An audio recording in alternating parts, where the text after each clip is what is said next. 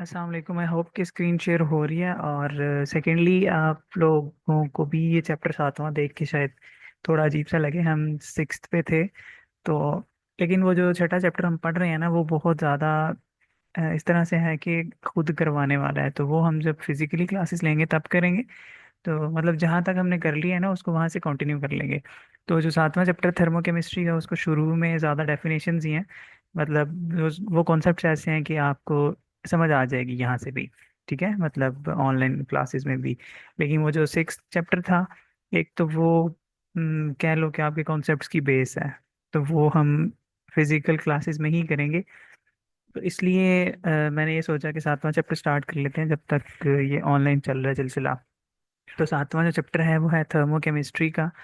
तो इसमें आपको ये तो पता है, थर्म और केमिस्ट्री ये दो वर्ड्स हैं जिससे मिलके ये ब्रांच बनी हुई है। थर्म आई थिंक सो सबको पता ही होगा कि थर्म का मतलब होता है हीट, और केमिस्ट्री आपको पता है जो केमिकल रिएक्शंस हैं। तो मतलब कि जब भी हीट को हम एसोसिएट कर दें केमिकल रिएक्शंस के साथ, तो जिस ब्रांच में इसको हम स्टडी करेंगे उस ब्रांच को हम कहते हैं थर्मोकेमिस्ट्री।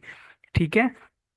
उसके बाद अब ये किस तरह से हीट एसोसिएट की जाती है केमिकल रिएक्शन से, ये भी आप लोगों को पता है कि काफ़ी सारे रिएक्शंस हैं जो एंडोथर्मिक होते हैं, काफ़ी सारे रिएक्शन हैं जो एक्सोथर्मिक होते हैं। और इनका मतलब ये है कि जब भी कोई रिएक्शन हीट एब्जॉर्ब करेगा तो वो एंडोथर्मिक कहलाता है। और अगर कोई रिएक्शन हीट इवॉल्व करे या वहाँ से हीट रिलीज हो रही है तो उस रिएक्शन को हम कहते हैं कि ये एक्सोथर्मिक रिएक्शन है। ठीक है, आपको मैंने शायद ये भी बताया था कि जब चीज़ों की फॉर्मेशन हो रही होती है तो वो मोस्टली एक्सोथर्मिक रिएक्शंस होते हैं जो हीट को रिलीज करते हैं। तो इस तरह से ये हीट चेंजेस जो हैं वो हम एसोसिएट करते हैं केमिकल रिएक्शंस के साथ, जिसको हम स्टडी करते हैं थर्मोकेमिस्ट्री में। ठीक है। अब थर्मोकेमिस्ट्री में जो रिएक्शंस हम जिसको कह रहे होते हैं ना, एक्सोथर्मिक या एंडोथर्मिक, उसको हम स्पॉन्टेनियस या नॉन स्पॉन्टेनियस रिएक्शन की तरह भी स्टडी कर सकते हैं। अब देखो ये वर्ड जो हैं यही बता रहे हैं, ये जो आपको यहाँ पे दिख रहा है ना, ये स्पॉन्टेनियस और ये नॉन स्पॉन्टेनियस रिएक्शंस। इसमें वर्ड स्पॉन्टेनियस ही आपको बता रहा है कि जो भी कोई ऐसा रिएक्शन हो जो ऑटोमेटिकली प्रोसीड हो रहा है, ठीक है, उसको हमें कुछ भी करने की जरूरत नहीं पड़ रही, तो वो ऐसे रिएक्शंस को हम कहेंगे स्पॉन्टेनियस रिएक्शंस। जो रिएक्शंस खुद ब खुद प्रोसीड होते हैं, उनके लिए किसी एक्सटर्नल एड की जरूरत नहीं होती, उन रिएक्शंस को कहते हैं स्पॉन्टेनियस रिएक्शन। और अगर कोई रिएक्शन इस तरह से प्रोसीड करे कि उसको हमें एनर्जी प्रोवाइड करनी पड़े या फिर किसी एक्सटर्नल एड के थ्रू वो प्रोसीड करेगा, तो वो होता है non spontaneous reaction. For example जब भी आपने देखा होगा कि जब भी पानी बह रहा होता है किसी जगह में, ठीक है, तो वो उसको हमें ज़रूरत नहीं पड़ती कि हम उसको धक्का लगाएं। अगर किसी जगह पे स्लोप है और ऊपर से पानी गिर रहा है तो वो खुद ही बहता चला जाएगा। ठीक है, तो जब वो खुद ही हो रहा है तो वो एक्चुअली में स्पॉन्टेनियस रिएक्शन है। ठीक है, कोई भी ऐसा रिएक्शन जो स्पॉन्टेनियसली हो रहा हो, मतलब खुद ब खुद प्रोसीड हो रहा हो, उसको हम कहते हैं स्पॉन्टेनियस रिएक्शन। फॉर एग्जांपल आपने अल्कली मेटल्स पढ़ी हैं, जो पीरियोडिक टेबल का फर्स्ट ग्रुप है उसको हम अल्कली मेटल्स कहते हैं। तो अल्कली मेटल्स को जब भी हम वाटर के साथ रिएक्ट करवाते हैं तो वो बहुत वायलेंटली रिएक्ट करती हैं। ठीक है, अब कुछ अल्कली मेटल्स ऐसी हैं मे भी जिसके लिए हमें कोई कंडीशन प्रोवाइड करना पड़ेगी, लेकिन ये जो लोअर मेंबर्स होते हैं ना अल्कली मेटल्स के, लोअर मीन के जो ग्रुप में नीचे प्रेजेंट होते हैं, उनका रिएक्शन इतना वायलेंट होता है कि उसके लिए कंडीशंस प्रोवाइड प्रोवाइड करने की जरूरत ही नहीं होती। अगर वो एक्सपोज होते हैं ना रिएक्टेंट्स एक दूसरे के, तो वो ऑटोमेटिकली खुद ही रिएक्ट कर जाते हैं। तो कोई भी ऐसे रिएक्शंस जिसमें रिएक्टेंट्स खुद ही रिएक्ट करें और प्रोडक्ट में कन्वर्ट हो जाएं, उसको किसी एक्सटर्नल एड की जरूरत नहीं होती, उनको हम कहते हैं स्पॉन्टेनियस रिएक्शन। इसी तरह से नॉन स्पॉन्टेनियस रिएक्शन वो होंगे जब हमें एक्सटर्नल एड की ज़रूरत पड़े और उसके बाद वो रिएक्शन प्रोसीड हो, तो उसको हम कहेंगे non spontaneous reaction. For example non spontaneous reaction की हम क्या एग्जांपल ले सकते हैं? आप जब घर में चाय बनाते हो तो अब ऐसा तो नहीं हो सकता कि अगर आपने चीनी पत्ती दूध रख लिया है एक किसी बर्तन में जिसमें आपने चाय बनानी है, तो वो आप रखो और ऑटोमेटिकली चाय बन जाए। ठीक है, हाँ वो रिएक्ट करेंगे, उनका रिएक्शन होगा, लेकिन उस रिएक्शन को प्रोसीड करवाने के लिए हमें एक्सटर्नल एड की ज़रूरत है जो in the form of heat हम प्रोवाइड करेंगे। ठीक है, आप हर चीज़ बर्तन में डाल के रख दोगे, जब तक आप चूल्हा नहीं जलाओगे ना तो वो चाय बन नहीं सकती। मतलब ये जो रिएक्शन है ना जिसके जिसके बाद हमें चाय मिलेगी, वो एक्चुअली में डिपेंडेंट है उस हीट पे जो हमने प्रोवाइड करनी है। ठीक है, आप हाली बर्तन जितने मर्जी चेंज करके देख लो, आप अगर सिर्फ इंग्रेडिएंट्स रखोगे उसमें तो वो प्रोसीड नहीं कर सकता। इसलिए हमें, क्योंकि यहाँ पे एक्सटर्नल एड की ज़रूरत है, तो ये रिएक्शन जो होगा ये नॉन स्पॉन्टेनियस रिएक्शन होगा। ठीक है, आई होप कि अब आपको ये क्लियर हो गया होगा कि स्पॉन्टेनियस और नॉन स्पॉन्टेनियस रिएक्शंस कौन से होते हैं। और जो स्पॉन्टेनियस होते हैं वो मोस्टली एक्सोथर्मिक होते हैं। ठीक है, नॉट ऑलवेज, लेकिन मोस्टली जो स्पॉन्टेनियस रिएक्शंस होते हैं ना वो एंडोथर्मिक ही होते हैं इन नेचर। तो और एक और बात, ये नेचर से याद आई कि स्पॉन्टेनियस रिएक्शंस जो है ना वो नेचर में खुद ब खुद ही होते रहते हैं। ठीक है, मतलब वो नेचुरल रिएक्शंस होते हैं मोस्टली। लेकिन जो नॉन स्पॉन्टेनियस है ना वो नेचुरल नहीं होते, क्योंकि हमने ये बात की कि हमें एक्सटर्नल एनर्जी प्रोवाइड करनी पड़ती है उनको प्रोसीड करवाने के लिए। तो वो फिर नेचुरल तो ना हुआ, मतलब हम उसको आर्टिफिशियली कोई चीज़ प्रोवाइड कर रहे हैं तब वो रिएक्शन प्रोसीड कर रहा है, तो इसलिए उन रिएक्शंस को हम कहते हैं नॉन स्पॉन्टेनियस रिएक्शंस। अब ये भी आपको क्लियर हो गया होगा स्पॉन्टेनियस और नॉन स्पॉन्टेनियस का डिफरेंस। अब आगे ये जो है ना, ये तीन चीज़ें, system, surrounding and state function. ठीक है, इसमें एक और चीज़ भी आती है, बाउंड्री, जो ये यहाँ पे मेंशन की हुई है ये वाली। ये आपको पता होना चाहिए थर्मोकेमिस्ट्री में प्रोसीड करने के लिए। ठीक है, हमने पहले सबसे थर्मोकेमिस्ट्री देखा कि वो क्या है और उसको हमने कैसे डील करना है, किस तरह से एनर्जी उससे एसोसिएट होती है। उसके बाद हमने स्पॉन्टेनियस रिएक्शन देखे, फिर हमने नॉन स्पॉन्टेनियस रिएक्शन देखे, ये तीन चीज़ें। और अब ये तीन चीज़ें आगे हमने देखनी है, सिस्टम, सराउंडिंग और स्टेट फंक्शन। अच्छा, केमिस्ट्री की टर्म में ना कोई भी चीज जिसको हम स्टडी कर रहे होते हैं उसको हम सिस्टम कहते हैं। ठीक है, अब चलो एग्जांपल हम इसकी पहले कर लेते हैं इस तरह डेली लाइफ से। अभी हमने चाय की बात की तो चाय की ही एग्जांपल ले लेते हैं। अब चाय बन जाती है आपके घर में, ठीक है, उसके बाद चाय आपने कप में डाल ली। अब वो चाय का कप किसी जगह पे पड़ा होगा, फॉर एग्जाम्पल वो किसी टेबल पे पड़ा है। ठीक है, अब टेबल पे एक कप पड़ा है जिसके अंदर चाय है। अब इस सारी चीजों में, ठीक है, आपका टेबल भी आपके कमरे में पड़ा है, उसके ऊपर कप भी पड़ा है, और उस कप में चाय है। अब अगर हम इन तीन चीजों को देखें, टेबल, कप और चाय, इसमें से हमारे लिए जो सबसे इम्पोर्टेंट चीज है ना वो चाय है। ठीक है, जो हमने बनाई है और हमने पीनी है। जाहिर है, आप बनाई है तो पीनी है, तो वो ज्यादा इंपॉर्टेंट होगी। बेशक टेबल की या कप की इंपॉर्टेंस अपनी जगह पे है।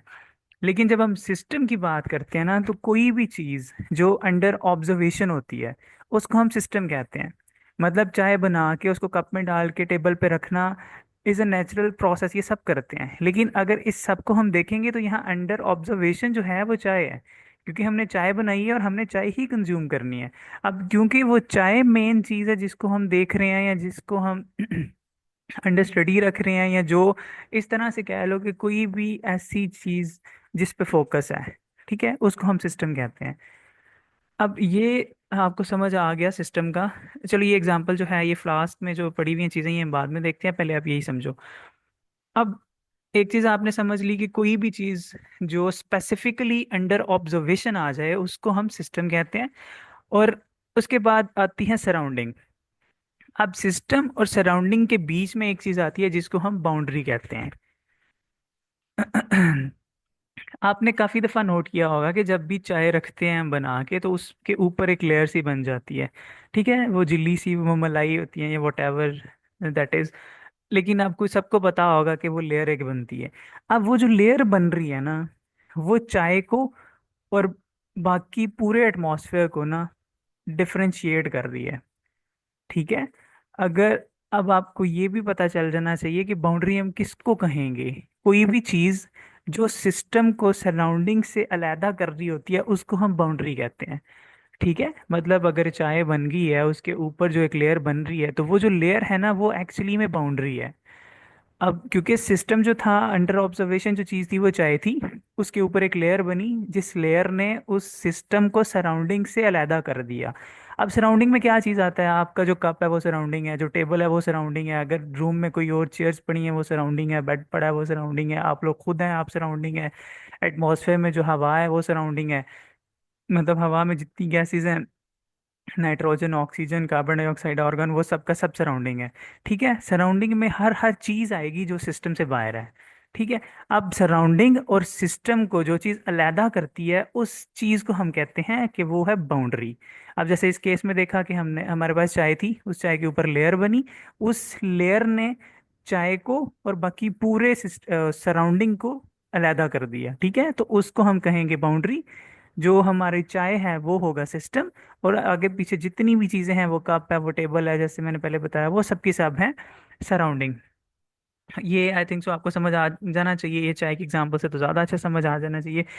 अब ये देखो, ये जो फ्लास्क है, ठीक है, इस फ्लास्क में उन्होंने शो किया हुआ है कि जिंक और कॉपर सल्फेट रिएक्ट करके जिंक सल्फेट और कॉपर में कन्वर्ट हो रहे हैं। पहले ये जिंक और कॉपर सल्फेट था जिसका हमने रिएक्शन करवाया और उससे हमें ये प्रोडक्ट मिल गई। अब ये देखो, ये इतने से प्लेस में ये रिएक्शन प्रोसीड कर रहा है, ठीक है। अब जहाँ पे ये सारा रिएक्शन, केमिकल रिएक्शन प्रोसीड कर रहा है ना, क्योंकि हमने इस रिएक्शन को स्टडी करना है, तो इसलिए ये पूरे का पूरा रिएक्शन हमारा सिस्टम हो गया। यहाँ तक ये पड़ा है रिएक्शन मिक्सचर, ठीक है, जो हमने रिएक्टेंट्स ऐड किए थे, उन्होंने मिलके जो प्रोडक्ट्स बनाई, वो इतना हिस्सा ले रहे हैं इस फ्लास्क में, मतलब वो ये इस एरिया में प्रेजेंट है। ये उनकी बाउंड्री है, ठीक है। तो क्योंकि अब ये वो चीज़ है जो सिस्टम को और बाकी सारी सराउंडिंग को अलहदा कर रही है, तो इसको हम कह देंगे बाउंड्री। और उसके बाद ये सराउंडिंग में हर हर चीज़ आएगी, ये फ्लास्क है या इसके ऊपर अगर लिड है, या लिड वैसे नॉर्मली होता नहीं है, या आगे पीछे जो भी चीज़ें पड़ी हुई होंगी, एयर है, वो सबका सब जो है वो इसका हो जाएंगी सराउंडिंग, ठीक है। तो अब आपको ये एग्जांपल भी समझ आ गई होगी, मैं एक दफ़ा दोबारा एक्सप्लेन कर देता हूँ कि हमने जिंक और कॉपर सल्फेट का रिएक्शन करवाया जिससे जिंक सल्फेट और कॉपर बना। तो अब क्योंकि हम ये रिएक्शन स्टडी कर रहे हैं, तो ये जो रिएक्शन होगा, ये सारा रिएक्शन मिक्सचर होगा हमारा सिस्टम। ये जो लेयर है, ये इस सिस्टम को बाकी चीज़ों से अलहदा कर रही है, तो ये जो लेयर है ये हो गई बाउंड्री। और इसके बाहर जितनी भी चीज़ें होंगी, वो सब की सब किस में आएंगी, वो सब की सब आएंगी सराउंडिंग्स में, ठीक है। अब सराउंडिंग के बाद एक और चीज यहाँ पे मेंशन है, स्टेट फंक्शन, ठीक है। स्टेट आपको नाम से पता चला, स्टेट क्या होता है। स्टेट हम कहते हैं किसी की कंडीशन को, ठीक है, कोई कंडीशन को। हम दोबारा वापस आते हैं अपनी चाय की एग्जांपल पे। हमने चाय बनाई, ठीक है, चाय को हमने बना के रखा, और थोड़ी देर बाद ना उसका टेम्परेचर, ज़ाहिर है जब बना के रखोगे तो वो ठंडी होगी। अब देखो, जब वो चाय बनी थी तो उसका टेम्परेचर फर्स्ट कर लो था 50 डिग्रीज पे, ठीक है। लेकिन जब आपने उसको किसी बर्तन, उस बर्तन से निकाल के किसी कप में रखा और साइड पे रख दी, तो वो ठंडी हुई। अब उसका टेम्परेचर कहाँ पे होगा? अब उसका टेम्परेचर ऑब्वियसली कम हो जाएगा, मतलब कह लो कि 30 पे आ गया। पहले उसका टेम्परेचर था 50, अब उसका टेम्परेचर हो गया 30। तो ये दोनों जो हैं, ये डिफरेंट कंडीशंस को शो कर रहा है, ठीक है। ये दोनों कंडीशंस, फॉर एग्जांपल हमने जो 50 डिग्री सेंटीग्रेड किया कहा था, उसको हम T1 ले लें, टेम्परेचर 1। और जो हम 30 कह रहे हैं उसको हम T2 ले लें, टेम्परेचर 2।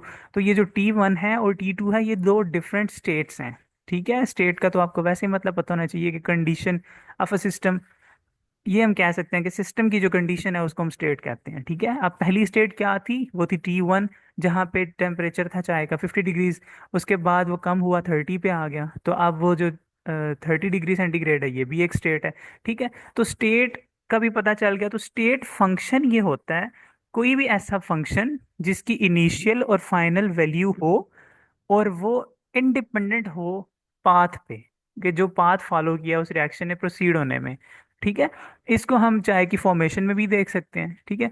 अब जब हमारे पास पहले सिर्फ इंग्रेडिएंट्स थे, उनको हमने मिक्स किया, उनको हीट किया, तो हमारे पास चाय बन के आ गई।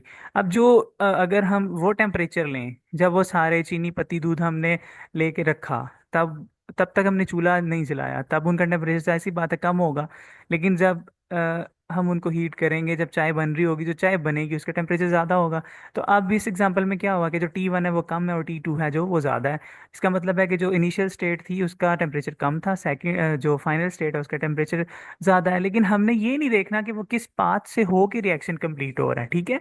हमने उसको हीट किया है, हमने उसको पेट्रोल से जलाया है, जो भी किया है, हमने बस उसको चाय बना दी, ठीक है। ये कोई डिपेंड नहीं करता कि चाय के लिए हमने किस तरह से उनको हीट दिया है, ठीक है। आपने चूल्हे से दी है, आपने जिस भी चूल्हे से दी है, लकड़ियों वाले से या वट एवर, ठीक है, पत्थरों पे रख के की है। तो स्टेट फंक्शन का मतलब ये हुआ कि वो फंक्शन जिसकी इनिशियल और फाइनल वैल्यू हो, और वो इस चीज़ पे डिपेंड ना करे कि वो रिएक्शन कंप्लीट किस तरह से होगा या उसने क्या पाथ फॉलो किया, तो उसको हम कहते हैं स्टेट फंक्शन।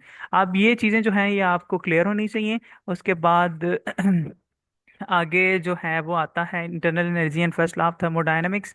तो ये हम आके देखेंगे। उससे पहले आपको ये सारी चीज़ें ना एज इट इज़ होनी चाहिए, जैसे मैंने आपको बताई हैं। इस तरह से कम से कम डेफिनेशंस आप देख लेना, और डेफिनेशंस के अलावा इस सारे को रीड भी करना, ठीक है। और एक बात याद रखना कि अपनी बुक आप ज़रूर रीड किया करो, ठीक है। मैं तो ये टॉपिक देख के पढ़ा रहा हूँ ना, आपने रीड भी करना है। इसमें यही सारी चीज़ें हैं, और ये इसमें कोई मुश्किल नहीं है। पहले थर्मोकेमिस्ट्री क्या होता है, उसके बाद स्पॉन्टेनियस नॉन स्पॉन्टेनियस रिएक्शंस हैं, उनके बाद आ जाते हैं जी ये तीनों चीज़ें जो हमने की हैं, system surrounding and state function. तो ये सब आपको पता होना चाहिए, और इससे आगे हम चलेंगे फिर नेक्स्ट लेक्चर में इंशाल्लाह। तो अभी तक आप इतना ही करें, और जो पिछला मैंने कल पढ़ाया था वो भी रिवाइज कर लेना, और अगर उसका कोई क्वेश्चन है या इसका कोई क्वेश्चन है तो वो आप बेशक लिख के रख लो, तो बाद में जब हम फिजिकली मीट करेंगे तो फिर इंशाल्लाह इन क्वेश्चंस को भी देख लेंगे। चलें ठीक है, आप लोग अपना ख्याल रखें, ये स्मोक से बचें, और अल्लाह हाफ़िज़।